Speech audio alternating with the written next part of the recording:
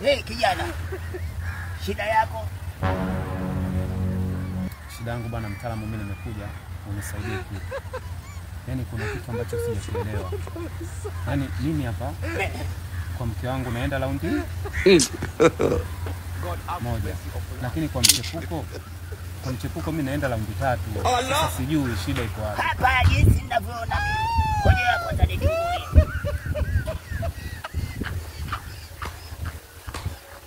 No.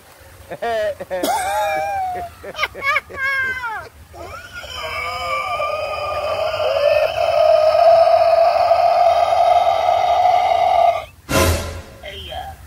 Kijana wewe punguza umalaya. Kwa mkeo unaenda moja. Nje. Sasa wewe kijana, nje unaenda kufanya nini? Sinatafuta ladha tofauti. Ya mkeo. Umeona baya? Don't beat someone's style.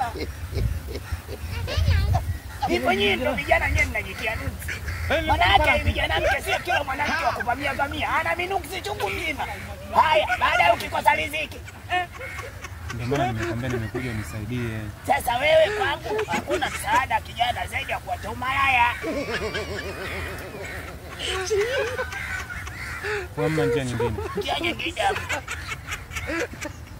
Labda tuichukue hiyo Zakari yako yenyewe kwa sababu kwa mtoto haitoshi.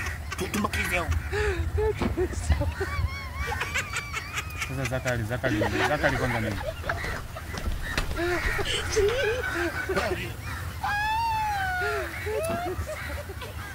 Nisaidie bana.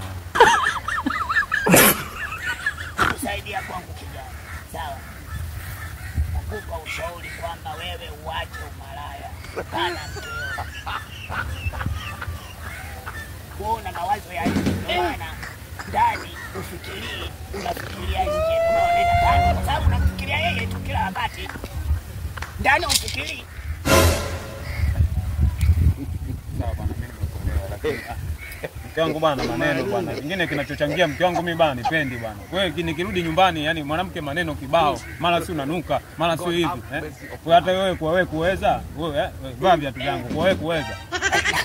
Viatu vyako mbona vyepesi?